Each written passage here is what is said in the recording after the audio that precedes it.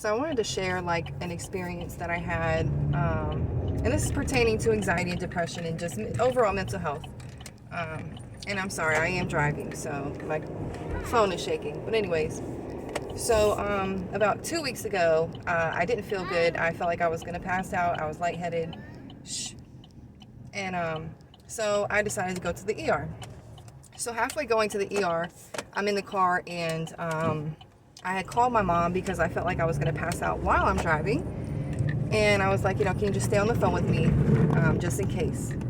And so then as soon as I called her and started talking, I freaked out and I had a whole panic attack. So I was like, I couldn't do anything.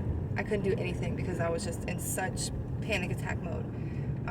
So I called the ambulance and I was at a stoplight in the middle of a very busy street. If you're from the 757, I was on Military Highway, so you already know what I'm talking about. So the ambulance came in about 5 minutes, and the first thing that this ambulance, I'm sorry, I can't think right now, but what she said to me when she came up to the window, as I'm panicking and crying and screaming and shit and can't breathe, she was like, well, this is a great spot for you to be in. So that had pissed me off, and I didn't say anything, and she was like, what's going on, whatever. And so they start asking these questions like, well, do you have somebody that can come pick up your car, or can you go park in that parking lot right there and then we'll just come meet you, and something else. But and I'm like, no, I didn't have any of that planned. I didn't call anybody. I called the 911 operator and I talked to her the entire time before y'all came here. I didn't think, oh, let me call my stepdad to come get my car first before I call the ambulance. No, that's not what I did. So then as that goes on or whatever, I had to get out and I had to walk to the ambulance, which was kind of embarrassing because, like I said, it was a busy street, so everybody looking at me like, really, this bitch is walking into the ambulance? Like, she's okay, type of thing. But I was so shaky and weak that I didn't want to walk to the ambulance. Like, I couldn't get out the car. I was just so, like, debilitated or whatever. So then when I get in the ambulance, they're all telling me, like, you're fine, you're okay, like, you don't have to panic and whatnot. And they were like, your vitals are fine. Everything was fine except my pulse was high, of course. And other than that, everything was perfectly fine. So they really wanted to be like, are you lying? Like, why are you panicking? There's no reason to be tripping out right now. And so then I go to the hospital, and the first doctor I talked to, he was like, he said, well, what I think happened is, you started not to feel good. You thought you were going to pass out and you had a panic attack. No shit. That's exactly what happened. But that's not the original reason that I was here, that I wanted to be here. I came here because of lightheadedness and whatnot. So the doctor that I talked to, he drew my blood. They drew my blood, and they gave me an IV of fluids because I said that I felt dehydrated. And so, sorry, he distracted me. So then all that happened, and they discharged me after they did those two things and said, you're fine. And that was it. And so then, like, I have panic attacks back to back for a while. And so I'm afraid that it's going to happen again, and I'm going to have another panic attack like that because that one was just kind of traumatic to me. I get really bad anxiety with my health. So anytime I don't feel good or anything, like, my anxiety just goes over the top. Because I think I'm going to die. You never know. So, so I hate when, my anxiety peaks like that and then I don't feel good, or, I feel like I'm going to pass out. Things like that, or whatever. And the most y'all do is a blood work and then give me an IV, which, okay, y'all are the doctors, that's y'all stuff, y'all know better than me.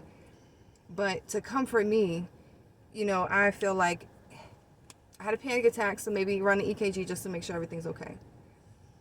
And maybe a CT, I don't know, like something farther than that.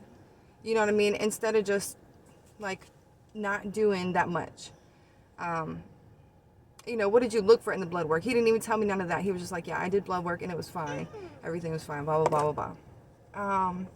So it just frustrated me a lot because I feel like a lot of times people don't know how to, they don't know how to talk to people that are going through panic and depression as well. Like, we're already sensitive as fuck and we're very fragile.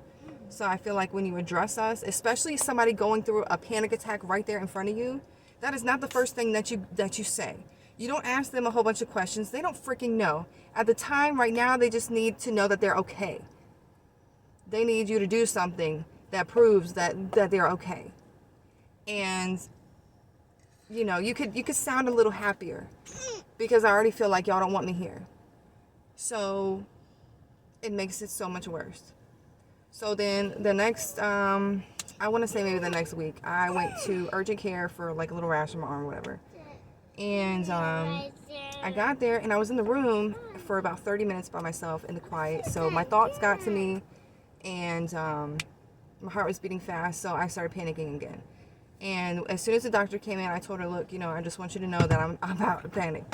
And that's why I'm crying and, you know, things like that. I was like, I feel like my heart is beating out of my chest and I feel like it's going slow, then fast, slow, then fast. So, then she thought that I was freaking out because of my rash. And I was like, no, that's not why I'm freaking out. I was like, I have bad anxiety and like I said, you know, my heart. So she was like, well, okay, well, give me a second. I'll listen to your heart and make sure everything's okay. It's okay. So she listens to my heart for about 3 to 4 deep breaths. And that was it. And then said, she was just like really confused as to why I was panicking so much. And I remember when I like started like breathing really heavy and crying like crazy, she just like kind of stepped back, like she didn't know what the fuck to do. So, I mean, she was a really nice lady, you know, nothing against her or anything like that. I feel like certain situations could have been handled a lot better. She brought me a cup of water and said that I can stay in the room until I'm ready to go. And she'll leave the door open or leave the door closed and I can just leave whenever. So I was like, okay, cool, you know, whatever. After she gave me the cup of water, I spilled it all over myself and embarrassed myself even more. Looked like I peed on myself. So, and it was cold water. Yeah. But anyways, so that happened. And then when I left the urgent care, I really broke down because it's like when you have really bad anxiety all the time, you do not feel good all the time. Your stomach is constantly in knots, but you don't know what the fuck is going on. You probably have diarrhea most of the time where you're constipated. And I'm tired and exhausted 24/7. I either don't get enough sleep or I get too much sleep, whatever. I could sleep all day if possible, but I can't because, you know, got kids and stuff. Hey, it gets so frustrating. And I feel like a lot more healthcare professionals and people in general just need to know how to deal with people that have anxiety or they're going through panic or depression to the point where they need medical help. You know, I really do feel like there has to be something that they need to teach people. I don't know. I just feel like they need to know how to address a fragile person. I know you have to hurry up and do your job. I know you're there to do your job, but you are also there to take care of people. You are there to comfort people in emergencies and whatnot. So in my mind, a panic disorder is definitely an emergency because I feel like I'm having a heart attack. In my mind, even if I have a migraine, that shit is an emergency to me because I feel like I got a brain tumor. That's where my mind goes every single time something happens or, you know, whatever. So all that just threw me into like this big funk for a long time. I'm still going through it. I don't really like to leave the house and it's just really depressed me having to go through all that. And I just feel like being treated like, you know, it's nothing or, you know, they're doing this for attention or they're just weird, they're freaking out for nothing and stuff like that. You know, just constantly, what are you depressed about? What are you depressed about? I don't know. You know, it just happens. But that's another conversation. But I just wanted to get that out there because I feel like that was it for me. Like, that made me feel so crazy and such a crazy person because I never feel good. So every time I go to the doctors or anything, they're like, yeah, you're fine. Like, what are you here for? And I just look crazy. And I look, you know, just stupid.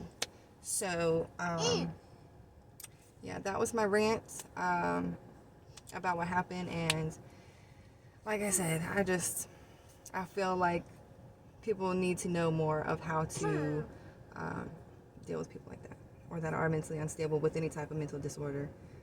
And, you know, I know we've heard that a lot from like police officers and other people like that and teachers and whatnot, but I really do feel like a lot more professionals in certain businesses need to know how to handle people when they are having a full-blown panic attack or, you know, things like that. And that's it. But I just wanted to get that out there.